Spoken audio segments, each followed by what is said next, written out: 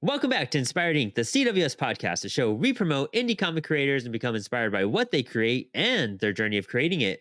I'm your host, Brandon Bloxdorf, and today on the show we have Pandio and Michelle, creators of Moonlair Studios, and we talk about navigating the indie comic book world as a manga studio, the headspace when bouncing between projects, and staying in the manga realm in the Western world. All this and so much more on today's Inspired Inc. Comic books to life and print your comics with Comix Wellspring.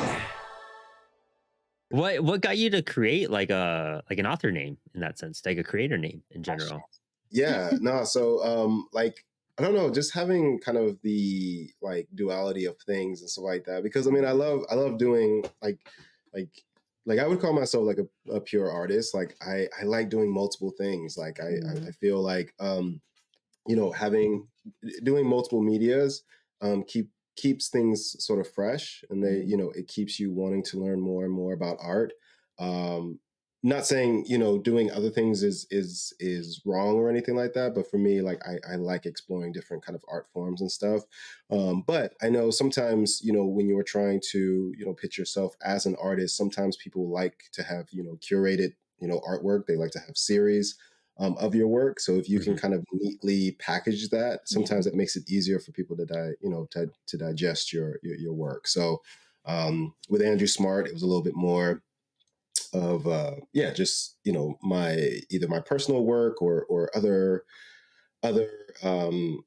commissions. But with Pandio, I was like, oh, this would be kind of cool if I have like kind of another pen name, just to kind of separate the two and stuff. So yeah. I like that a lot. I think that's kind of smart as a creator in a big way, because it kind of, like you said, it gives you that duality, and you could kind of like become something else as you're working on those other creations. Like you kind of step into a different mindset probably when you're Exactly. doing different projects. Exactly. And then like staying open, that I honestly, like, I'm the same way. Like I do a lot of different things in a lot of different mediums. And I try to get better at each one. And I realize how little I know about writing, how little I know about like art, how little I know about music. And it's not even, some people can just stay focused on, oh, I'm just an artist or I'm just a writer. Yeah. And I admire that so much, to have like that discipline to be like, this is my thing and I'm going to stick to my thing. I always felt like as a bassist, I wish I did that. I was like, I'm just a bassist and I just want to focus on this. And I wish I could just be ultimately skilled at one thing, but then it's like all these other things get my attention. Do you find it hard to balance all those out on your skill set wise and project wise as well? Yeah, no, absolutely. That's probably the only setback. Yeah. And I think we both have that a little bit of like, obviously as small creators, you have to kind of wear a lot of hats anyways. Like you're kind of forced into these roles. Like I already, like as my regular job, like I already knew a lot about IT stuff. So like I knew enough about web design to like make our website, and I knew enough about other things to like, do other things. But then, like you said, there's a whole other world, like, and depending on how good you are or how much experience you have in something, it can get really intense. Like I had to learn a lot about lettering, and that's like, now it's like a whole world. Like I follow all these like YouTubers that do just lettering for their comics and stuff. And it's really amazing to see just how deep certain things can get. But, it does also make it difficult to then like regroup and say, okay, today I have to focus on this type of thing. But I think for you, the easiest part is like, you love to draw. So like, it's not like it has to be pulled back.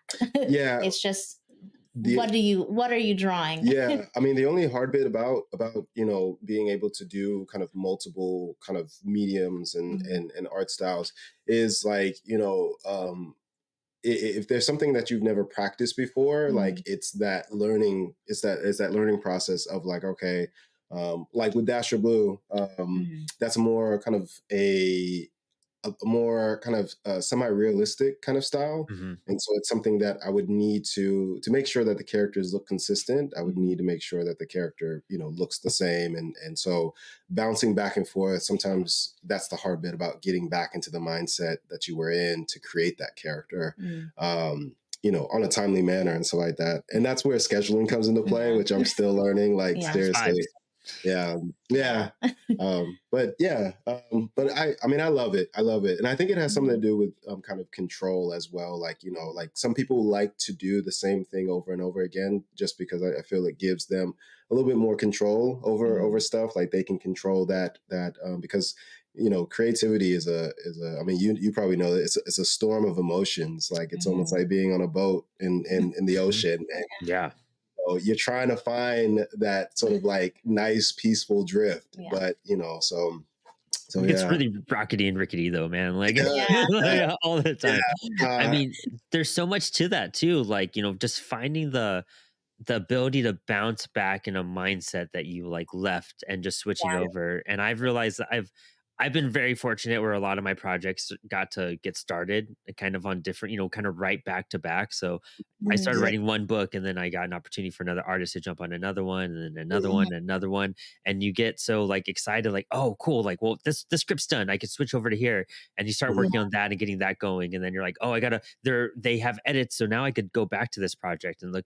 And then you're like, I'm not like as like upset and depressed as I was when I started this project. And now I got to Yeah, get like back in that mindset, but controllably back in that mindset. And I Yeah. think, exactly. Right. you Mhm. know, especially when you're tapping into a project because of emotions, Yeah. something I've learned is just like, okay, you definitely did that because you were Mhm. feeling something at that time. And Yeah. Yeah. then you've probably like that starting that project or starting that first bulk of it probably healed a whole lot of what you were feeling, but you've Yeah. Mhm. opened up this can of worms that you're like, well, I got to finish telling the story, you know? Yeah. Exactly. And so when Yeah. you go back to it, you're like, how do I revisit some of these things that I was addressing Yeah. without pulling myself back down and forgetting everything I've worked on for myself at the same time? Yeah. Exactly. Yeah. No, and that's definitely one of the challenges of doing multiple stories, and Mhm. you know, which I feel like doing multiple stories is necessary. You know, Yeah. especially giving people kind of options, and even for Mhm. yourself. Like I feel like you know, giving yourself mental breaks from you know doing a very sort of dark story or doing something that's very humorous and stuff like that. Like I like the idea of bouncing back and forth. I think is very sometimes necessary Yeah. for some people. Mhm. You learn a But lot. It gives the story time to breathe too, you know? absolutely, Yeah. yes, Right. absolutely, yeah. Right. So, but yeah, it's a lot. It's a Yeah. lot. Yeah. And like you said too, like you learn a lot along the Mhm. way and like you sometimes heal from certain emotions or Yeah. like you experience all new emotions that can like lend themselves Mhm. to, you know, those existing stories. So yeah, it just makes for a more well-rounded story. Mhm. Yeah, I you have to live life a little bit no matter yeah. what to Yeah. even start writing a story, but also to Mhm. continue writing one. You know, you kind of Oh got Yeah. to pick up Yeah. things. If Mhm. you stay in like that singular thought and that singular feeling that probably helped you create this whole idea Mhm. and this story, you Yeah. know, getting stuck there is probably not a good thing either. You know, because you're just Yeah, Yeah. probably no, hurting It is. yourself to a big extent in yeah. Yeah. some sort of No, way. no, absolutely. Yeah. And then on the lettering side of that too, like, you know, with any sort of artistic project, there's so much to like, you know, learn about and approach. And I know lettering is the one but definitely, I mean, I know more about art than lettering at this point since we've been doing Spilled Yeah. Ink. But lettering is such a like a complex world. Yeah. And like to even approach towards to find formats. And we've talked to a few creators like Life on Saturn. There are some Yeah. phenomenal, you know, Dom and Lydia. Mhm. They're phenomenal. And what I loved about how they letters, Mhm. one thing they picked up was that like I thought was super sweet, and it's something you could kind of only do in lettering in a way. But Mhm. they had a friend that passed away, so Mm. they actually got their friend's letter and then turned their handwriting into like a lettering, you know, font Wow. and script and everything. So they Yeah. scripted a story using her handwriting, Oh, and wow. it's such a like I heard that and it impacted me so much. And so like when I Yeah. hear about lettering now, I know that there's actually like so you could put passion into writing, into art. And I was always like, yeah, lettering's cool. Sandman does some cool stuff. Yeah. Todd Klein, you know, Right. but I Yeah. didn't realize how much passion you could really pour into Yeah. just Absolutely. Yeah. that Sure. aspect. Do you Yeah. ever think about those type of things when you're approaching lettering? Like how do I emphasize this character's emotions or who they are personality wise through this? Yeah. I mean, I think one of the best things I will say about doing everything in kind of a manga style is that we get a lot more leeway Mhm. in lettering. Like, I think you know, as of like a big, like regular comic, like a Western comic fan, like lettering in the US is very, or like, I guess in Western style is like, it's just as much of an art form as a science. There's actually like a lot more rules that people like don't know about. And there's Yeah. also like a lot of technique built into that people don't realize. And with manga, because it's, you know, traditionally translated from Japanese to English, there's not as much of like an emphasis on like all of these rules. It's just mostly focusing on the translation. And so a lot of Mm. mangas have actually the same fonts, you know, they're not really, so that's actually been something that we've like incorporated. And it's not to say that all mangas use the same exact fonts, but some of them do. But in our books, we kind of implement a little bit of Western, a little bit of Eastern, because like we'll pick fonts specifically based on like what we think the character would sound like in AK Yumi, the big bad villain in the first issue, he has like a very like jagged and gravelly like font that we chose, and that was because we're like hearing his voice in our heads. And I and I talk about that a lot, but it's really the only way I can describe for people how we decide to like letter, and also how we co-write together. Like a lot of times Andrew will write something first and then I'll edit it or rewrite it for the tone or the voice, and also for the lettering of like, well, this guy is like scary and he's like a big bad guy. He kind of looks like a cave dwelling creature. So, you know, his font is going to be like super jagged, you know, and like it's interesting how you can put so much emphasis and so much care into details that probably the average reader like doesn't even notice, but it's important for us, and it's important for the overall look and quality of the book, you know. Well, especially like the more I guess you read comics and you get involved with the craft, like now when I Yeah. pick up a book, like it could have good art and it could have probably a good story, but if the lettering is like turns me off, it's hard for me to get past that and Yeah. like move through the art and the story, Yeah. because you're just like, this is just throwing off Yeah. everything, and this is what how I'm Yeah. taking in a good bulk of information. You're taking in so much information with the lettering. It Yeah. has to be clear and concise. And you know, Yeah. that is very interesting that you just said that. I never really considered about manga is that, you know, when they do like especially like word balloons, like it's Mhm. meant for, you know, Japanese writing, you know, and Yeah. so it's different from how we Yes. format stuff. So I'm sure they're not like redoing word balloons whenever they're No. translating. Yeah. That's why they seem different and I guess Yeah. off to some like Western readers and whatnot. Yes, exactly. And it's funny you say that, because that was one of the funniest parts of us doing Go Oganzi, because Andrew was drawing things based on how he was, you know, like getting a feel for the style and like mimicking, you know, and taking aspects of manga that he loved and incorporating them. But that also meant that he was drawing word balloons that were like hard set. And so I was like, well, you know, and this was very, very early on in Yeah. our creation. We have since fixed that, but it was funny because in some of them he was hand drawing word balloons that I couldn't edit, like they were attached to other layers. And so it was like it was done in kind of the long form, and I was like, well, that's really not the way that it should be done. If we're writing it, we're writing in English, like, you know, we're not writing in Japanese. So I was like, you know, you're mimicking what you see, but that's not how we would read it in English. But then I was looking through mangas and I was like, well, that's the funny thing about it, is like they don't have the time to go back and change these things. So we ended up just adopting that style. So you'll notice that in a lot of our books, they're very like long form bubbles in, you know, like, you know, portrait kind of style instead of landscape, because we're mimicking what it would be in Japanese. Like if we were to get our books translated, they could use the bubbles probably, but easier than we could. and So. and also, like, I mean, you know, I whenever I'm teaching, I always tell my students to look for patterns and things that you can kind of like, you know, identify the reason, you know, the whys and the hows and stuff. So not only are the, you know, speech bubbles are kind of longer just because of like, you know, how kind of Japanese is written, but you actually get more illustration space, you know, for things. just because of how the bubbles are kind of shaped a little bit. And that's something that I noticed, that I was like, oh, like I'm getting more space that I can kind of show, you know, like either backgrounds or characters and stuff like that. So yeah, I mean, there's a lot that we kind of learn, you know, really kind of studying, you know, how to kind of get that sort of authentic, like, you know, manga feel and stuff like that. Yeah. So, but yeah.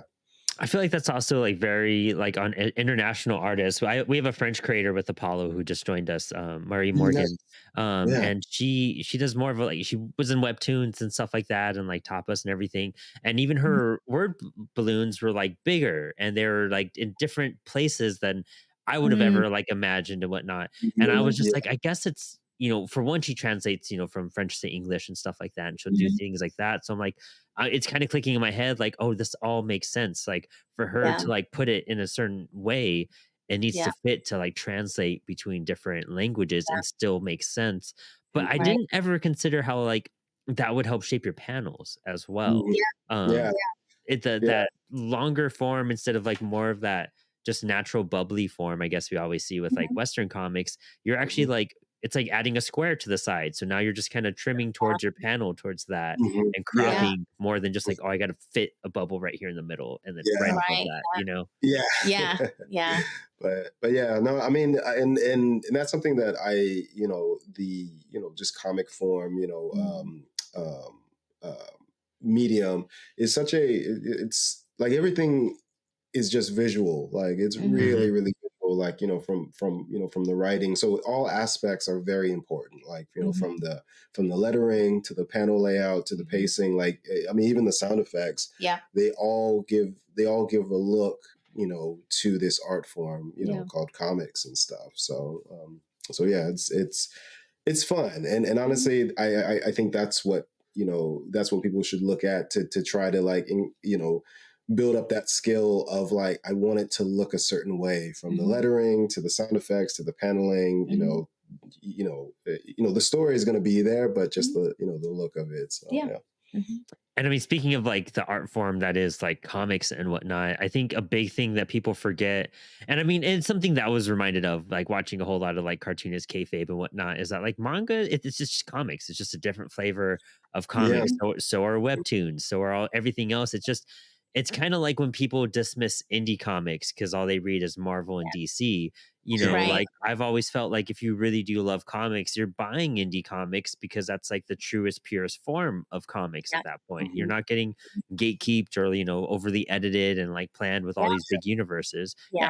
And it's a lot more freeing, and you're getting true raw emotions and artistic creations from people.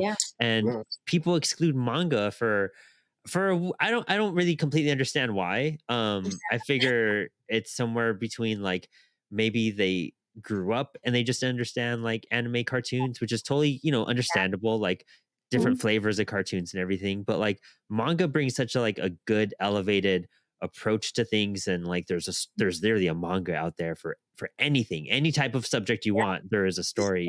But I know there's like cutoffs, and there's even cutoffs within manga. I found out talking to Penny just a few months ago on a call, like really discovering like, you know, Japanese manga is very different from American, and it could be very like purist at a certain point. Absolutely. What do you guys pull from that, and how does that impact you guys as creators as well?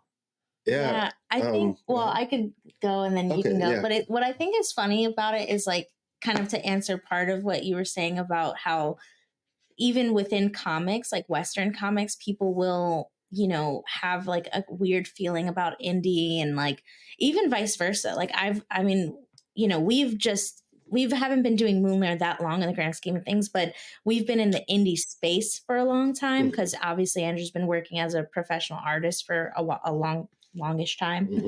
2013 is when we like met, and he was already tabling and things at conventions. So just like as an artist, and you know, there's some people that like they go so hard in the paint for indie stuff, and I love that energy. But it is sometimes funny how they're like, no, I don't read any of the like, you know, new stuff or whatever. And I'm like, well, I mean, you know, it comes down to personal preferences.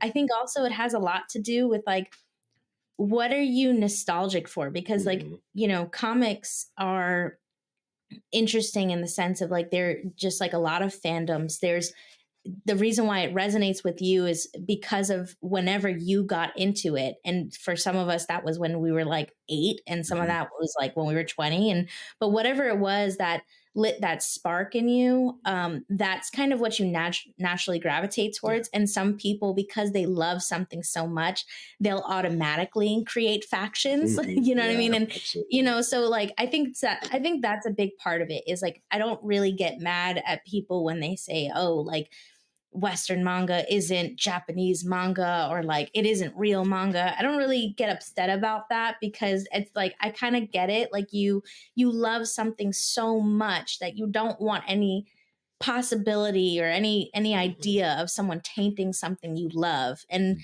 I can't really argue with that. But at the same time, it doesn't mean that, what we're doing isn't manga. It's Mhm. not, it's just not your version of what you like. And that's Mhm. okay. Like, that's true for all of us. Like, not everyone's story is going to be for you, I you guess know? that makes sense. That's probably one of the best explanations.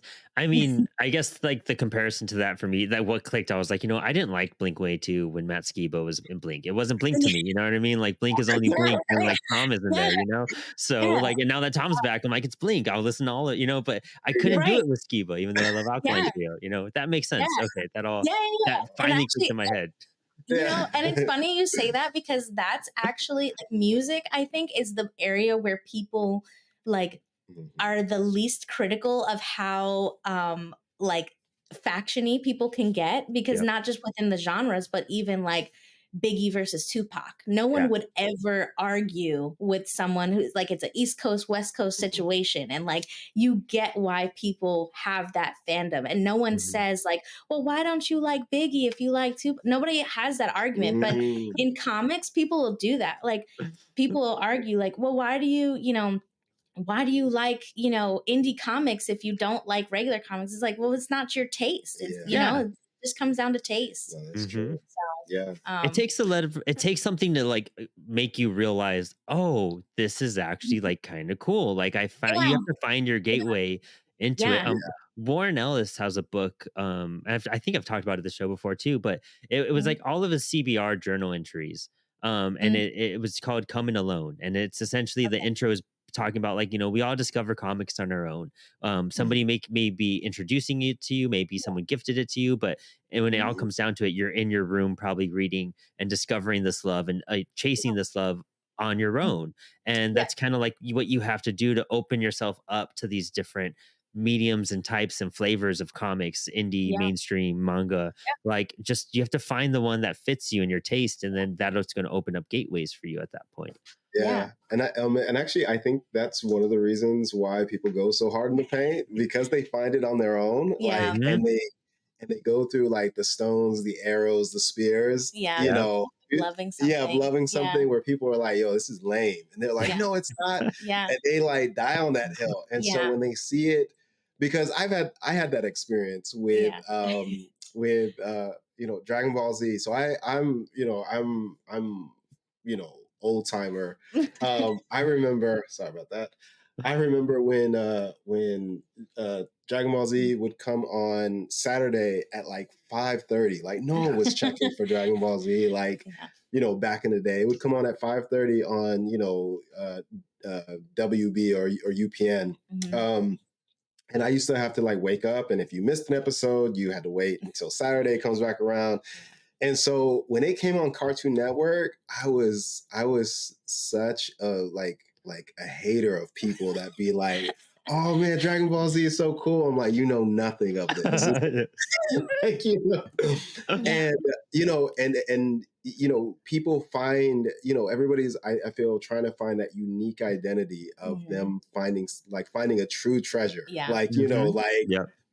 and we all know that. Like we all Yeah. know people Oh like yeah. that. With music, they Yeah. be like, "Yo, I'm about to put you on to the hottest underground stuff." And then Yeah. once it blows up, they be like, It's "Nah, not the nah, they same. sold out." It's Yeah. like that. Yep. Yeah. Even though Yep. you want them Yeah. to succeed, Yeah. like they're like Yeah. broke making music underground, but you Right. want them to be still underground, but Yeah. without the mainstream. Right. So, Yeah. That's so the punk community. Like in a like yeah, once somebody signs to a major label, they sold out. They're this and like no, yeah, they're just reaching more audience. Like that's yeah. what's It's good for so them. And Yeah. it's so funny you say that because that's always like in my heart, that's how I relate indie comics. Like to me, indie comics is the punk rock of the community because it's like you get this raw, uncut, like DIY, like DIY, like absolutely. natural, like all natural, like down in the paint kind of stuff. But then if that becomes, taken, like if they, if that person signs with DC or Marvel, people are like, what happened? What happened to our like raw, uncut, story? And I mean, now we're seeing like media start to like tell some of those stories. But again, people don't like that. Like, I mean, there's a lot of people who were loyal to something like the original comics of the boys, and now they're like, oh no, you can't watch the show, like you don't get it, it's not dude, the same, you I'm weren't like that there. with Umbrella Academy so hard. Yeah. Like I can't even watch that show, and I'm just like, the Yeah. comic's amazing. You guys don't know anything. Go read the book. Yeah, no, it's such a you're opening my eyes to even my own faults at that point. You know what I mean? Like, And I would argue sometimes it's not like, unless you are like actively protesting someone's work and like causing them harm, I don't really see it as a problem, because I also get that. And I think we all get that. Like we, especially those of us that are a little bit older and, we were into these things when they weren't cool. That's like the definition of like, in like punk, indie, all of these things. They what we're weren't cool. encapsulating, Yeah, right. And that's everybody's like Genesis story. You're like, I was into it when it wasn't cool. Yeah. Like even right. like Even with music artists. Like kids that I teach, they're talking like that. Be like, I was into, this when, things weren't cool. And so I'm realizing like everybody has that sort of like villain arc origin. Yes. Yeah. Like, I mean, I saw somebody make an Instagram reel about being like a Sabrina Carpenter like fan before it was cool.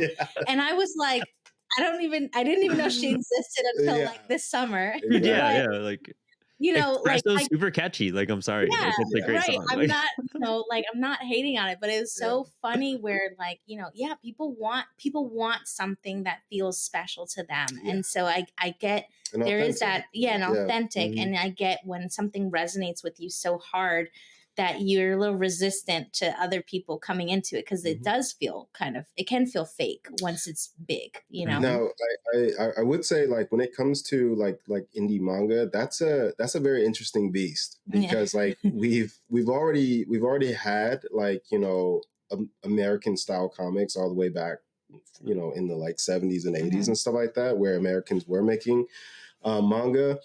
I feel nowadays, because the history has not been really recorded properly. There's a lot of gray areas and spots in there that people are kind of like feeling like they're like pioneering something, and then like not really knowing the struggle that everybody kind of is going through when they're when they're first starting off and stuff. No, go ahead. Oh no, and also another, and I always say this, like about the comics and manga, like I feel people are now starting to wake up to it, but like the whole idea of going indie is trying not to be non-conforming to like what we consider standards in comics and stuff. But with manga, everybody's still shooting for that deal with Shonen Jump and stuff like that, but yet they still want to like do their own thing. So it's kind of a bouncing back and forth of like, I want to be in Shonen Jump, but I don't want to do, like, I don't speak Japanese and stuff like that. But I want to do this, but I don't want to be overworked.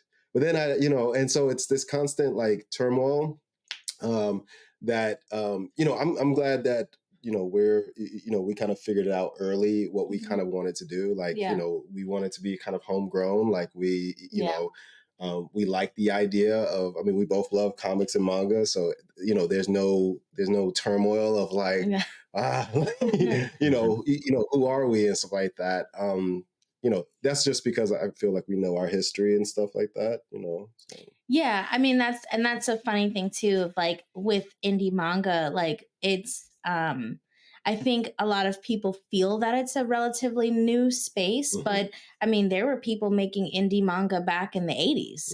Yeah. You know, like Americans or at least people even if they were of Japanese descent, they were in the US making their Mhm. own version of manga. So just like with indie comics, there's a huge range, you know, and there's a huge range of people doing it and there's a huge range of styles. Mhm. You know, I think manga does have some things that make it unique compared to like American comics and stuff, but that is like that's true of like any, you know, subcategory of a genre, you know. Mhm. Yeah.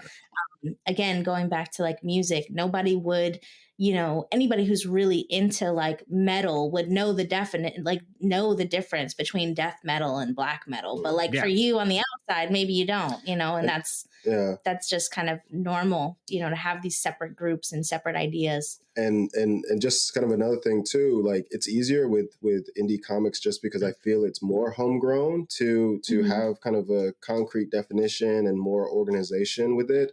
But with manga, you're dealing with kind of a a sort of a foreign concept, and you're trying to understand it and imitate it, the best you can and stuff like that. So I think again, that's going to bring a lot of issues with people who like sort of the culture that it came from. So and that's what I guess breeds like purists and people that be like, no, that's not that's not real Not manga real and stuff like manga. that. And again, and I get it, because like I was like when I was much younger, like really young, like I felt that way. I was like, no, Mhm. like be, and it wasn't coming from a hateful place. It was coming from an admiration for that culture. It Mhm. was like, this is really cool, like, and it doesn't even look right if somebody who someone who isn't from Japan doing it. It just like I just really love this the culture, and I know how Americans would take it and kind Mhm. of do something weird with it. So Yeah, but I think um that goes back to the whole thing mhm, of like authenticity. yeah, Like what people are really angry about is yeah, feeling that something has been taken away from them yeah, because like it's Mm. been cheapened, it's no longer yeah, authentic. And again, yeah, I can sympathize with that because we all watch manga and anime from mhm, Japan, yeah, but as we're seeing like you know, it doesn't mean it's any less authentic or that person was any less passionate about it when they created it. Like stuff like Solo Leveling, mhm, I mean, that was, you know, Korean. You know, that doesn't mean that it's not a real anime. yeah, People love that show. You know, people loved it as a book, but it's not. You know, and again, mhm, you know, people call it like, okay, well, it's manhwa because mhm, it was, you know, Korean. But again, even within that, it's like you could make your arguments about like, well, you know, what are the differences? What's not a difference? Like, mhm. you know, I don't know. And then just last thing, and that's why when we create our manga, like we're really kind of sensitive to that, and we take such big care in like we admire, like Mhm. seriously, we admire a manga. We're not out here trying to like evolve it, or I mean we're trying to like Put add our own twist. like add to that conversation. Like we Yeah. definitely want to be a part of that community and stuff. Mhm. I feel again, as Michelle said, that's where the issue comes, where people feel like something is just being changed. For us, we love the art form, like we love the storytelling, and we would we would like to be in that conversation of your Cowboy Bebops, your just listing classic ones and stuff. Samurai Um, Champloo. yeah, Samurai Champloo, like we definitely want to be, among that, but also something very, unique where people can be like, oh, where's Moonlair stationed at? And be like, oh, America, oh, that's pretty cool, Mm. So, so that's something, that's our major goal. Like we love the art form so much, we want to be a part of it. Mhm. So. We know that running a crowdfunding campaign is tough, and that's why Comix Wellspring wants to help you out. We offer an exclusive crowdfunding partnership program when you print with us and mention us in your campaigns. When you use our program, you'll get a discount on printing and a social media shout out to help promote your project. For full details, check out the link in the description. Now, back to our conversation with Pandio and Michelle.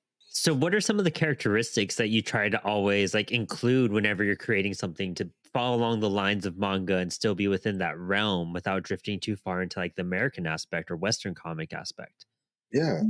I'll go ahead. I'm Oh, sorry. I No, was go gonna ahead. say one of the funny things and again, this is my own personal opinion, so someone in the comments could disagree, but like for me, I actually think in a lot of ways, indie comics in the US and manga in Japan actually have a lot more similarity than people realize Yeah. because like manga is all about escapism, about Mhm. finding a very unique way of telling a really and again I'm making generalization, but like in a lot of times like they find the silliest way to broach a really serious subject. Hmm. um or they'll take you on this journey of self-discovery, but like what hooked you was this really simple, like easy to understand concept, you know. Mm. And I think indie comics actually does that a ton because we Mhm. often in the Yeah. indie comic space in the US will explore really like thought-provoking ideas that I don't think are often portrayed that often like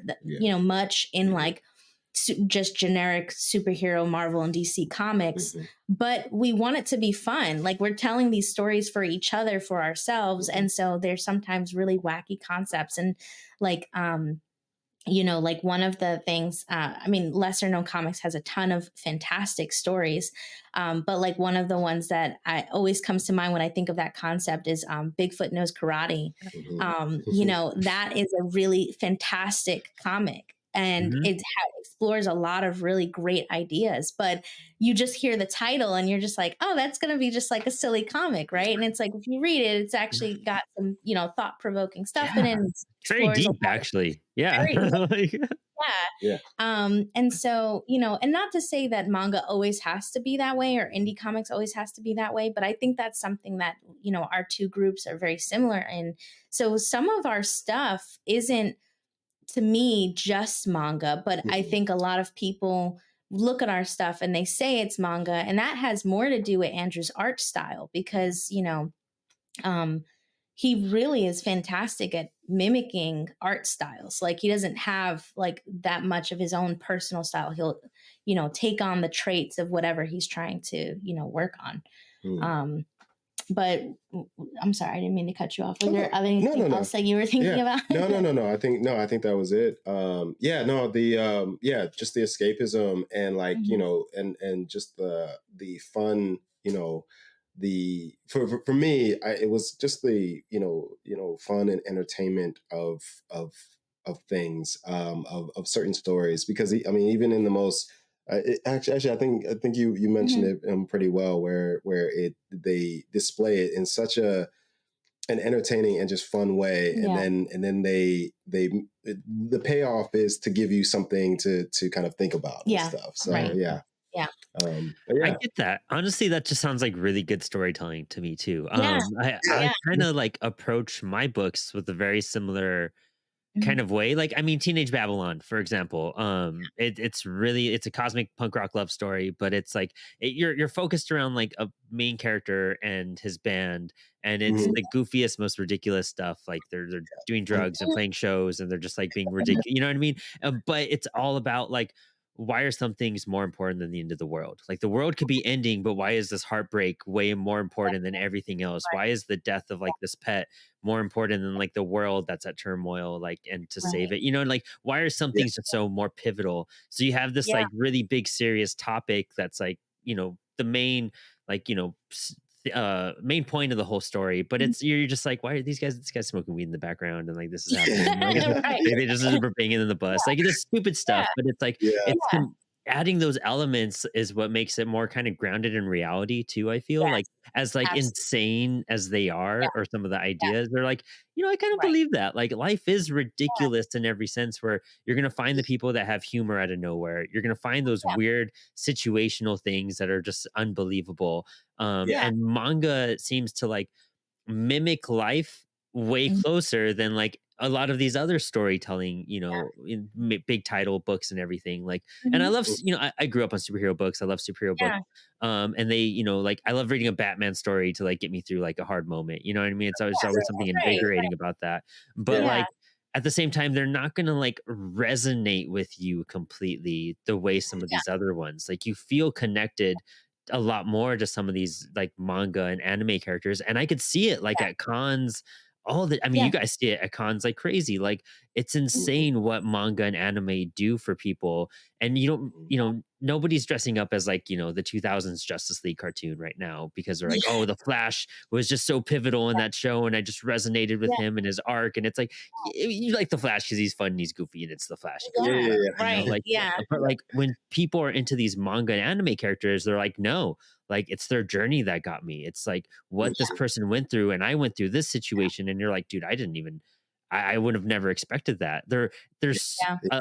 way more fun, but also way more seriousness in these stories than I Yeah. see in Yeah. most Right. comics. Yeah. Um, No, absolutely. Yeah. so when it comes to like your guys' books, how do you guys pull that apart? How does your story planning go? Like when you're mapping out a new series or any of your current series, like what are some aspects that you really like try to resonate with and pull towards with your audience? Yeah. So I think what's really funny about the way that we work is obviously we're a married couple. So we're around each other 24/7. We share an office space. So I sit at the desk in Mhm. front of him. He sits right behind me. And Andrew just is constantly thinking of stories. Like Mhm. he's the type of person that he'll like nudge me awake and be like, hey, so I was thinking about, Yeah. and I'm like, I'm asleep.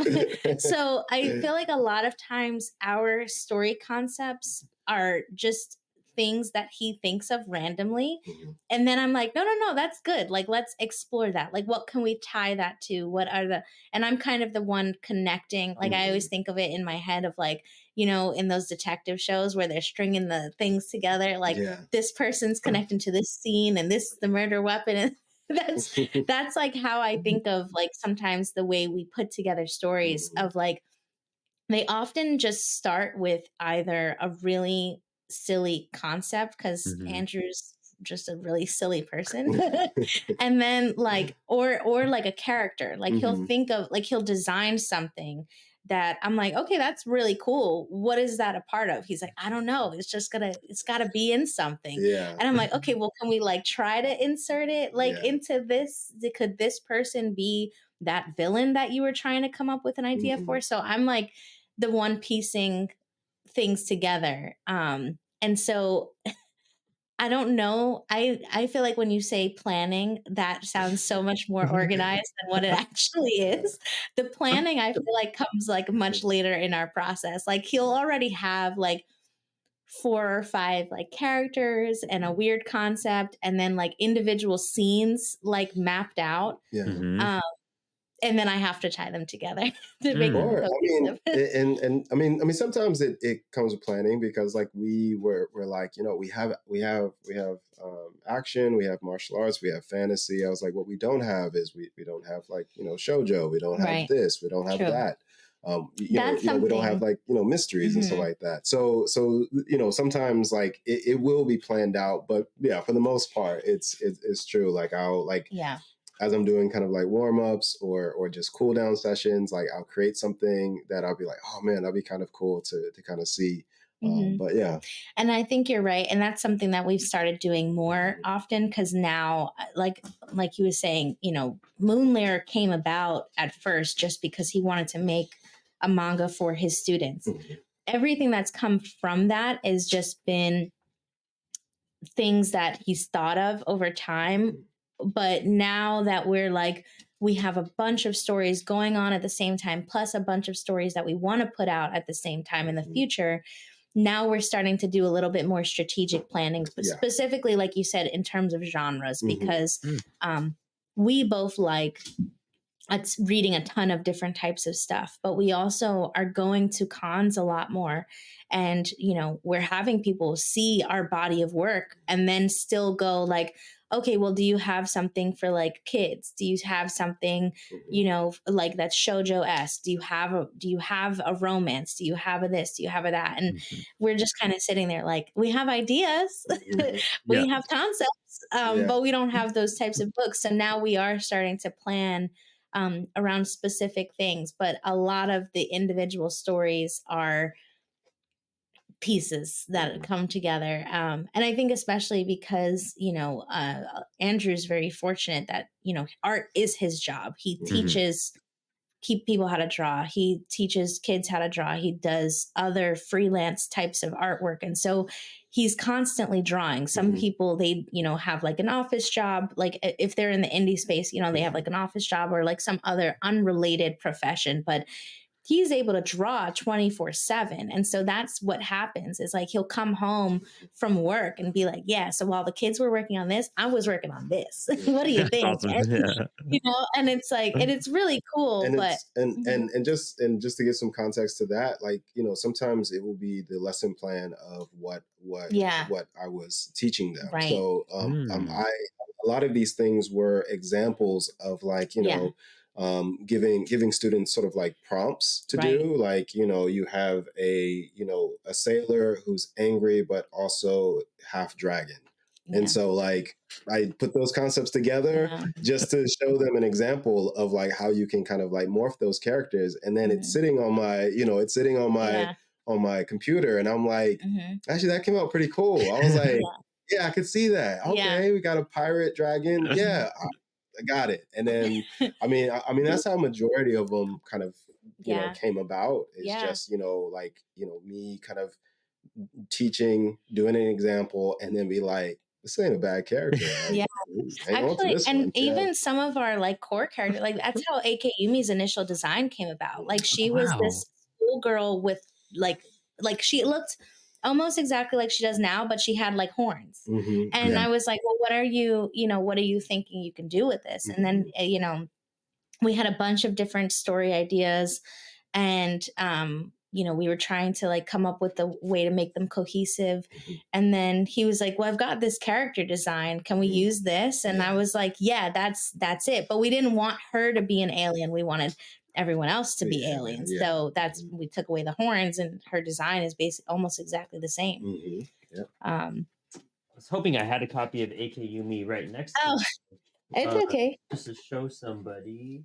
I know I have Go-Go Gonzai right next to that. Pulled that out of the box right away. And that's kind of what's insane too. Like hearing that, like I love the fact that like, I mean, one, it sounds like you probably have the coolest, like, if you're in your art class, coolest teacher, you know what I mean? Coolest experience to have out of that. But I love how like you're keeping yourself open and being like, how can I evolve my storytelling and still bleed into work? Because it's so hard to like kind of separate the two sometimes, and it's really hard to combine them in an efficient way, like even me, I do comics full time. I'm working for Comix Wellspring. I'm very fortunate for that, but it's hard to bridge like what I do creatively in Apollo to what I do here. It's still two separate beings and types of energy I gotta like form towards. But like being able to be like, oh, well, I got to work on this concept, or I need a new character idea. How am I going to generate this? I'm going to do it in class. I'm going to run some exercises, and I'm going to have like these students help me. And I bet having that like younger imagination constantly surrounded by you, that's not restricted as we get older and we kind of like close up our ideas and we kind of get shy or intimidated, or like, that's dumb, I shouldn't even try it. Like you probably have a lot more like creators around you that feel more free to just be like, this is just what I thought of, I'm just gonna like spit this out. Do you feel that way with some of your students, or get some like passion and influence and freedom from that too? Believe it or not, it's hard. Like they sometimes, majority of times, they're like, I don't know. And so that's why like with some of the characters, like I'm like the examples need to be as like flushed and professional looking as possible, for me to show them these are the steps you can take to kind of do it. What kind of brings it out is kind of again the opposite, is because sometimes they're like, I don't know, I guess I could just do a sailor who has like dragon wings, and you're like, okay, that's cool, but maybe we can push it a little bit more. And I mean, obviously that's that's part of the job and stuff like that. I mean, there are very few times where a student will come up with something really, really good, like, or really imaginative, and then I'm like, oh, this is great. But majority of times I'm the one that's kind of like suggesting things, and they're like, no, I don't really like that. And I'm like, well, how about we do Yeah. this, and this. And they're like, I don't really know. Or sometimes they just don't have an idea. And so it's like, sometimes it's pulling teeth. Sometimes it's Yeah. really pulling teeth. I can be wrong, but just from meeting a bunch of your students, I feel like part of it too is that sometimes when you're like the shy art kid and you're like Mhm. 14, you're already kind of feeling a little bit like you know, you're not cool in school and you're not confident. You're at that age where maybe things are a little bit awkward. And so I feel like with a lot of the students, they're afraid at the beginning Mhm. of like being themselves and unleashing those ideas. And so it's more of Andrew being like just confident in himself and being older and having experience and doing these things to be like, no, let's go crazy. Like, what are we? And I like try they to, play, yeah. yeah, like I they guess play like this. Uh-huh. oh my bad. No, Sorry. go on. My bad. I'm sorry. Oh no, no, you're good. I was gonna say they play this game sometime where he has traits in different bags, Um, and so like it'll be like an occupation. What's the other one? Like a physical trait. It's a physical trait, occupation, and what was the last one? Oh, and personality type. Yeah. Like, yeah, like, hmm. yeah. And so like the kids have to each pick a thing, like a trait out of the bag, and from those traits they have to come up with a character. And I think sometimes those That's cool. types of prompts, They like help. yeah, they bring it out of the kids, Mhm. but sometimes their initial reaction is just a little bit to be a little bit more reserved and shy. Mhm. Um, Yeah, and you know, and again, it definitely takes like experience to know to know how certain things are going to look, and that's why I do encourage them to like if you have a favorite show, like like take from that, mhm. I mean, and I try to go over like the difference between like referencing and just like like doing a Sonic the Hedgehog like rip and stuff like Yeah. Yeah. that. Which again, it's really fun for me because it's almost like a challenge where you have to like really think outside the box. Especially if you get like a really hard combination and stuff like that. It's Mhm. it's really it's fun sometimes, and I get it because like, when you're young, you want things right now and stuff, Mhm. you want things kind of done. So, you're not really used to kind of working your character over and over and molding it and stuff like that. Mhm. But yeah, it's it's That pretty makes good. sense. Yeah. You're kind of like, you're getting these kids, like what you're saying, these 14-year-olds who are just like introverts. They want to draw, but they know they're not at a certain level. So they're probably shy about it. So just giving them that confidence and giving them ways to be like, to open their mind up, to like really expand, Mhm. to really Yeah. go back to Right. the, what I was kind of thinking of, like back to being like Yeah. freedom and like encouraging Yeah, yourself and letting every Yeah. bad idea like just happen, because every bad idea, you're going to learn something from yeah, it. Yeah. And like you said, Sure. pushing the boundaries, like when you said that, that's the like half man, half pirate, I was already in my yeah, head. I was like, okay, so would he be like a giant lower body and a tiny upper, or like how would, yeah, Yeah. like, I was trying to think of, I was like, no, that's too generic. Like, and I was trying to think of how I would format that in yeah. some Yeah. way. And you're No, like, and you want to yeah, break the basic stuff. Your first idea is going to be bad. Like your first, like yeah, you said, just throw dragon wings and a tail. Yeah, you could do that. Like, but how do do we Yeah. that. take a Yeah, step up from that and really Yeah. make yeah, it something interesting? yeah. That's really Right. And cool. yeah, and some of them are just yeah. I mean, some of them are really good, but just like they'll just wear like basic clothes, and you're like, all right, let's kind of push it a little bit. But yeah, Yeah. but no, it's really fun. Like we have a great time. Like everybody's like laughing just about like Mhm. the combination and stuff like that. So, but Yeah. yeah, That's right. And I mean, actually going back to a little bit further as well, you've been tabling since like 2013, or even yeah, before that, actually.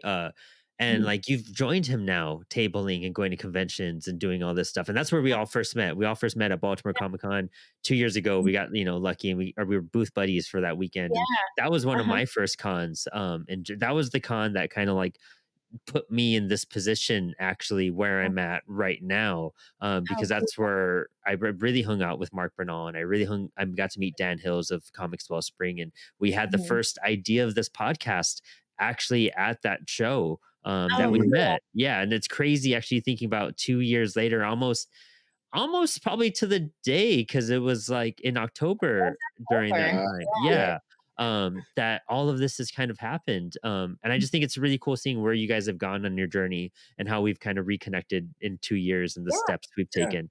All right. But cons in general, like how have they changed? How have they transformed? What do you miss about older cons then that aren't really happening now?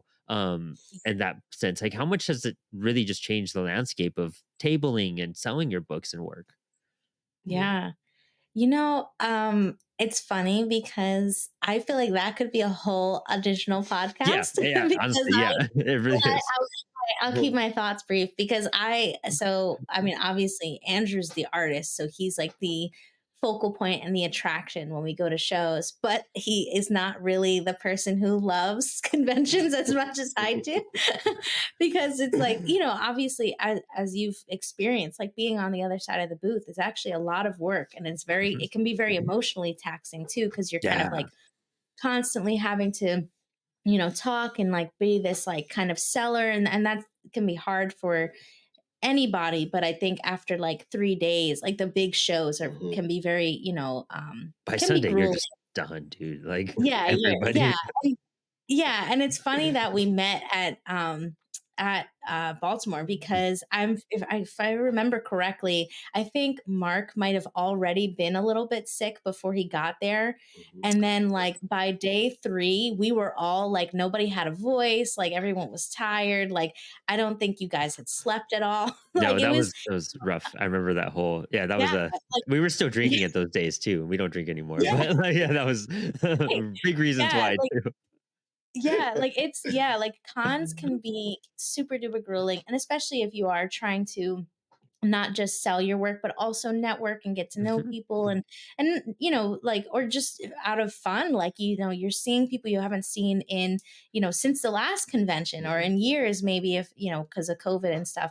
So it can be very tiring, but so like cons are more my thing than his thing. Like we obviously go together, and like he's, I think, sometimes a better seller than I am, because he's like actually like doing the artwork, and obviously comics is a very visual medium. People often want to meet the artist that drew the things, but um in terms of setup and stuff, like I usually plan that, and I think that's one of the biggest things to me that's changed is like Artist Alley back in 2014. And I could probably like find photos because I do have a ton, but if you look at people's table setups, they were super like basic and just like, like it was just book on a table, no tablecloth, no name, no like whatever. It was like a lot of people just used to use like the plaque, like the little paper that people put out, like the convention centers, like Yeah. I think because I think you're thinking of like my no, team. no, no, but it's not just you. 'Cause when I Okay, so first yeah, started, that was his table because set. I was like, Yeah. oh, you're describing my table, which again I completely own because like seriously, I was like, listen, the merchandise is here. You're not Yeah. buying the table. You're not buying the dressing, you're buying the stuff. But yeah. But no, no, no, but it's true. Like if you look at even pictures of like, because we had a lot of friends, like I mean, we still do have a lot of friends in the art community, but I think we were all kind of starting at the same level. Hmm. And so if you look at not just your table, but like all of our friends and like other people in that time, you really didn't see that many like very professionally polished. Like a lot of people didn't have like, also the retractable banners are like Hmm. super trendy right now, that didn't really exist then. So like people were like hand making signs, or like they would maybe get like the like little one from Vistaprint and stuff, but it was much more like homegrown. Hmm. And I think also you had a lot of like a lot more DIY. Like now, one of the things that I think can be super duper cool, but it's just a very different look, is like, with people, the internet, and people being able to get in touch with manufacturers, like you have a lot more like really like finished and Yeah. polished products. Pop-up But shops, essentially. That's what yeah, your table is a pop-up shop for you for that yeah, weekend. And you gotta yeah, find that attraction to hook people from a yes, distance and everything too. yes. Yeah.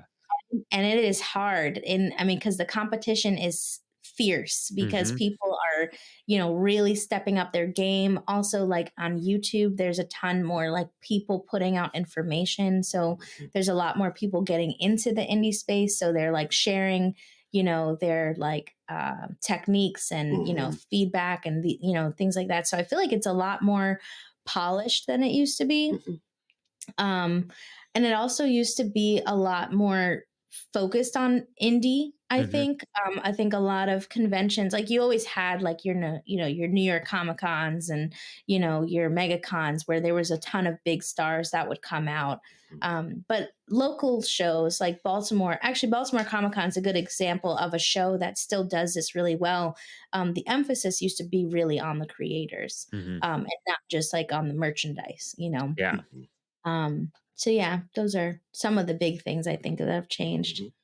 I think that's one of the biggest things to fix too at cons is just like how do we put the focus back on like comics and like the creation Yeah, and art and creators in general. Like yeah, we have cool vendor friends and all that type of stuff, and I love that. But it's a weird.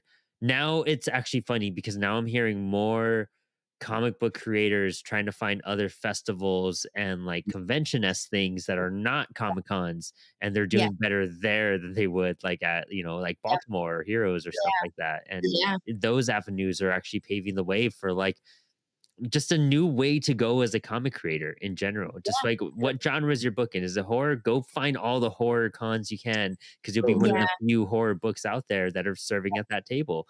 Um, yeah, I mean, I feel like every creator needs to kind of find that niche too. But like, I do wish more cons like IC3 and like Staples and things like that did yeah, exist because it is focused on books, and that's for creators like us that's what we want because that's where our audience is. yeah, It's very easy to like for someone to say no to our $10 book and then go buy like a $30 like vendor item of some sort, yeah, or go get a Tom King autograph for $45, but they can't That's afford our right, $5-10 yeah, book. So right, yeah. it's a yeah, weird battle you have to go against because Yes. yeah, nobody goes to cons being like, oh, I have this much for food. I have this much because I want to get these 5 signatures for my creators. Oh, and Yeah. then I have $50 put aside just to go find new indie stuff. I yeah, never hear that. Like, no, ever in yeah, someone's planning. Yeah. yeah. It's not really a thing, and it's funny because I do feel like people might not have said it, but back in the day, there was that feeling of doing that. It's Mhm. kind of Mm, the same way that like people used to like. They're not people used to. People currently go to like craft fairs. Like they're kind of a little bit more willing to buy artisanal things. Like, if I'm walking through a craft fair, I'm not looking for Bath and Body Works candles. I'm looking for the one lady with her soy candles that she Yeah. hand makes them, because like yeah. Yeah. kind of what I'm there for. Mhm. And I feel like back in the day, that's even if people weren't saying it, that's how they were feeling. They were walking through Artist Alley genuinely looking to see like who's the next up and coming writer and artist. Yeah. Like they were curious about that kind of stuff. And now, you know, there's so much other stuff going on Mhm. that that's not really a focus. Like people are kind of just passing Artist Alley on their way to get signatures, Mhm. or they're, especially depending on the layout of a con too, like they might not even pass us. They might Yeah. not even go through Artist Alley section, they Mhm. completely skip it altogether. Yeah. So Do you also feel like there's been like a almost like an oversaturation of indie comics since like COVID, since there was such a big boom during that time, and now it's more packed with creators than it was previously as well? it's funny. I feel like yes and no. I'm seeing a lot more like wide range of stuff that's not necessarily comics, but I Mhm. don't feel like there's that many comic book creators. Like I'm not seeing a lot of finished like comic books, or like I shouldn't say that I'm not seeing them. I am seeing them, but Mhm. I don't feel like it's an oversaturation because when I go to Artist Alley, I'm expecting to see, your finished comic books. And I'm really excited that, the pandemic kind of that was one of the few positives was that you had a lot of people have the opportunity to finish their Mhm. stories and Mhm. projects that they had for a long time. So Mhm. to me, I wouldn't consider it an oversaturation. I think it's the right amount, honestly. It's more of like I'm seeing a lot of stuff that's not books, and I'm not necessarily against that because I personally love things like plushies and stickers and keychains, and I love all that stuff. Like I'm that person that's going around buying those things, but I almost feel like those types of things are starting to be more common than the books. Like Mhm. we're going to conventions and I'm struggling to find another, especially when we go to anime conventions. I'm Mhm. Yeah. struggling to find another manga creator with a finished book. Oh. Um, at some of the shows, not all of them are like that. Like Anime NYC actually was fantastic for that Ooh. reason. We found a lot of other indie manga creators at that show. But a lot of times it's, that I feel like is an area that's kind of, I want to see more of it, you know? Yeah. Interesting. Yeah, that's really cool. That's a really good insight as well. And it's kind of funny you say that too, because I feel like even with Apollo, like we've kind of discovered creators that have more of that manga vibe. And Mhm. like, you know, when I would have first thought of Apollo a few years ago, I would have like never really like been like, yeah, that's part of us.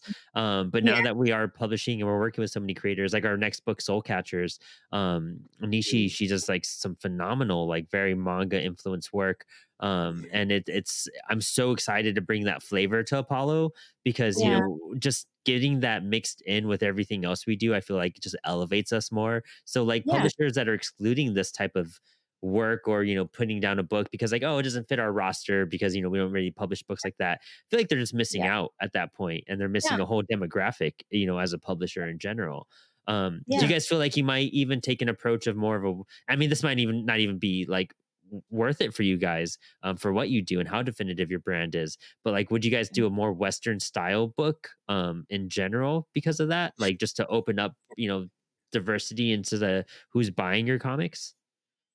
Yeah. I mean, I'm trying to think now. Did you have something that you wanted to add to that? Oh no, I Yeah. was gonna say, I mean, you always like have Western comic ideas. It's Yeah. more of just like we created when we were thinking about Moonlair, we were thinking about keeping it separate because that's what we noticed. Like people, like when Andrew would post manga or anime inspired content on his regular Pandy 1585 like Instagram, it wouldn't get many hits because people were so used to his Western style. So we felt like Oh. we had to separate them at the time. Yeah.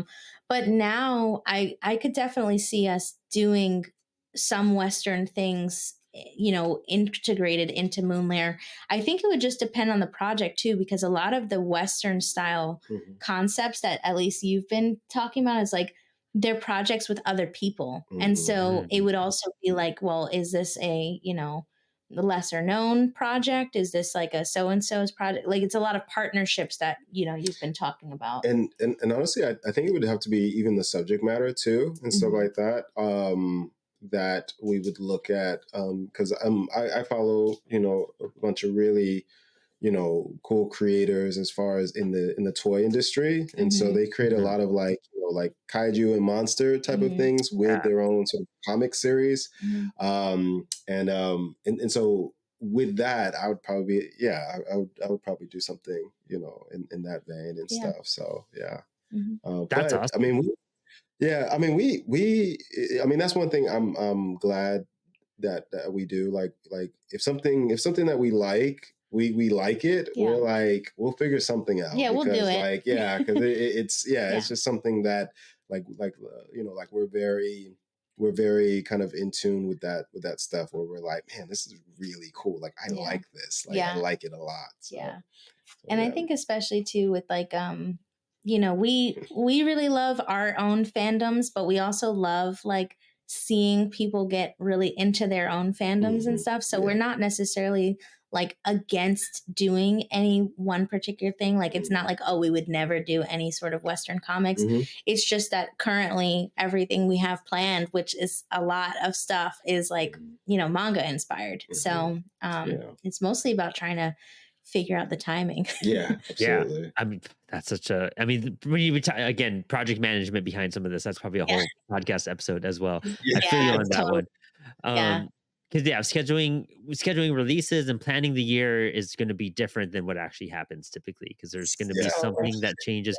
Things get moved up, things get moved back. There's so much Apollo planned to do this year that didn't happen, but there's so much that happened that wasn't planned. So Yeah. it was like Right. we win and lose in some instances. Yeah. Yeah. Right. I mean, this has been what a cool amount of insight in this episode. I love walking away just like baffled after having a conversation with creators and being like, I just absorbed so much information I did not know about. Oh, And so thank you guys for that. And whenever we hit the hour mark, and I know it's been a good conversation because I'm like, I can't believe it's been over an hour now. Yeah. yeah. But you guys have just been like so wonderful, like within the community, and you've guys, so many people have taken notice from like people here at CWS who like name drop you guys, from other creators who, you know, see what you're posting and what you're creating. And it's great having like such a grounded, just like manga, just like creation, you know what I mean? Like stuff like this is like Yeah. beautiful professional level work. Oh, What it's eye catching. I've actually I gave a copy to like my old roommate's son and everything, and he loved it. Like just so many cool things I love seeing evolve from this, because I know it's what so many people and you know, kids gravitate to, and you guys are yeah. there influencing and bringing them into this environment, and I love Yeah. that. And you being a teacher and helping enforce Mhm, that and grow that as well, mhm. super just amazing and inspiring. And you guys doing this as a couple and being like a team knocking this out again, just like life on Saturn. I admire that so much, and I think it's such a fun, like beautiful thing for you guys to do for your relationship and do creatively.